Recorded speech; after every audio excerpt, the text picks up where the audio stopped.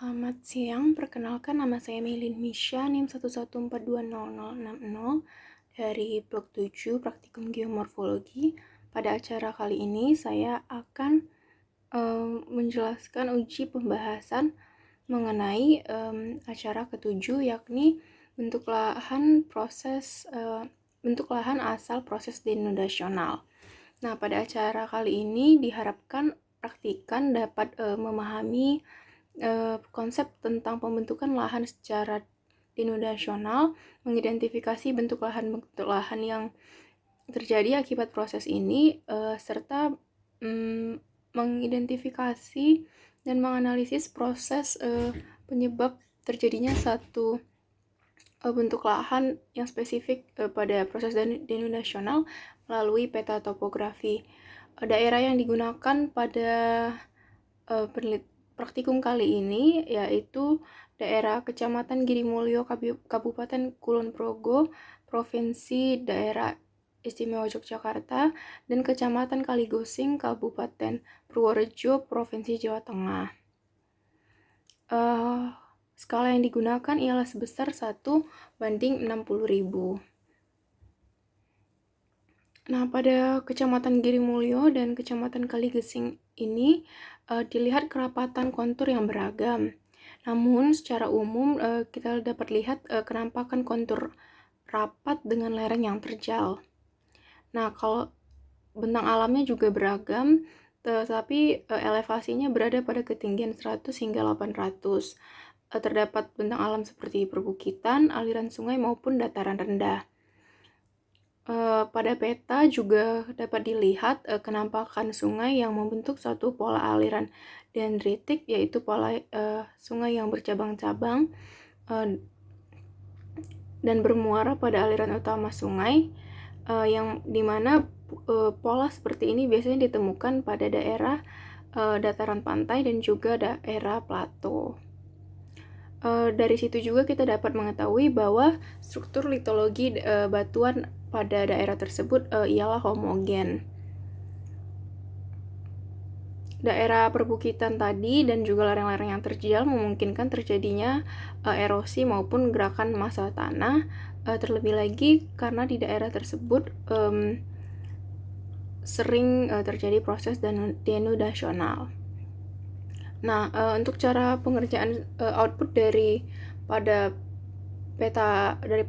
acara ini sendiri ialah peta kemiringan lereng dan peta erosi, di mana untuk peta kemiringan lereng pertama-tama kita melakukan identifikasi zona atau zonasi pada peta menurut kerapatan kontur yang daerah dengan kerapatan kontur yang sama. Zonasi ini dilakukan dengan mengambil 3 kontur berjumlah 5 buah pada satu zonasi, sehingga dapat merepresentasikan kerapatan kontur yang sebenarnya pada daerah tersebut. Berdasarkan peta yang saya analisis, terdapat 8 zonasi, di mana ada 3 zona yang diberi warna merah muda, 2 zona dengan warna kuning, 2 lagi dengan warna jingga, dan 1 dengan warna hitam. Zona dengan warna kuning memiliki kemiringan miring, kemudian yang warna jingga memiliki kemiringan agak curam, kemudian yang merah muda memiliki kemiringan curam, dan yang warna merah memiliki kemiringan sangat curam atau very steep. Mohon maaf, tadi bukan warna hitam tetapi warna merah sebelumnya. Nah, kemudian dari situ dihasilkanlah peta kemiringan lereng. Selanjutnya yaitu peta erosi. Peta erosi didapatkan berdasarkan perhitungan lebih lanjut dari hasil data yang diperoleh pada peta kemiringan lereng. Klasifikasi erosi sendiri diperoleh dari nilai LS yang dimasukkan pada satu rumus, di mana nilai LS sendiri merupakan salah satu variabel yang digunakan untuk mengukur laju erosi berdasarkan Universal Soil Loss Equation. Nah, selain LS sendiri, ada variabel lain yang penting untuk mengukur laju erosi seperti erosivitas tanah, hujan, indeks erodibilitas tanah, penutupan vegetasi, dan indeks pengolahan lahan. Sedangkan LS sendiri itu ialah indeks panjang serta kemiringan lereng. Pada peta saya dilakukan juga zonasi di mana diperoleh 2 zonasi dengan nilai LS 1,2 diberi warna coklat, 2 zonasi dengan nilai LS 2,4 yang diberi warna biru, 2 zonasi dengan nilai LS 9,2 yang diberi warna abu-abu, dan 2 zonasi dengan nilai LS 0,25 yang diberi warna merah muda. Faktor LS ini dapat dijadikan satu komponen topografi yang mempengaruhi kecepatan aliran permukaan dan laju erosi. Semakin tinggi nilai LS pada satu zona, maka akan semakin besar pula kecepatan alirannya.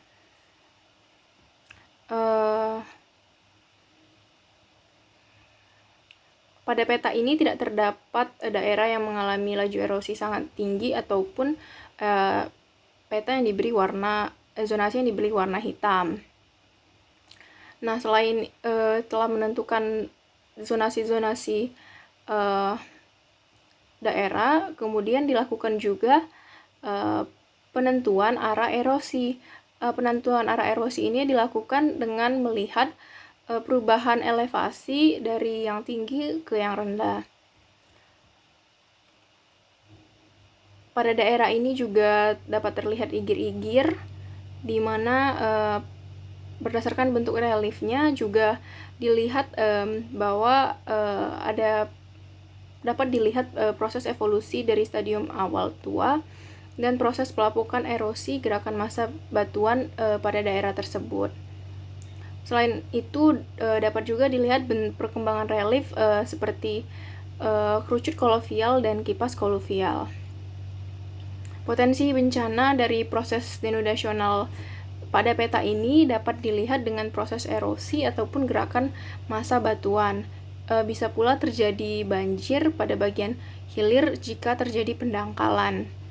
Nah, proses potensi bencana ini dapat diminimalisir dengan pembuatan teras-teras lereng, penanaman vegetasi yang cocok untuk menjaga kerapatan vegetasinya, pemasangan tembok untuk mengurangi laju erosi, dan juga untuk dipergunakan untuk potensi lain seperti misalnya bisa digunakan untuk objek wisata. Dengan mempelajari acara ini diharapkan mahasiswa dapat mencapai tujuan yang tadi telah saya bahas, dan lebih lagi agar dapat mampu mengidentifikasi kemungkinan bencana yang akan terjadi pada daerah tersebut sehingga dapat menentukan pengelolaan yang paling efektif dan maksimum. Sekian dari saya, mohon maaf bila ada kesalahan. Terima kasih.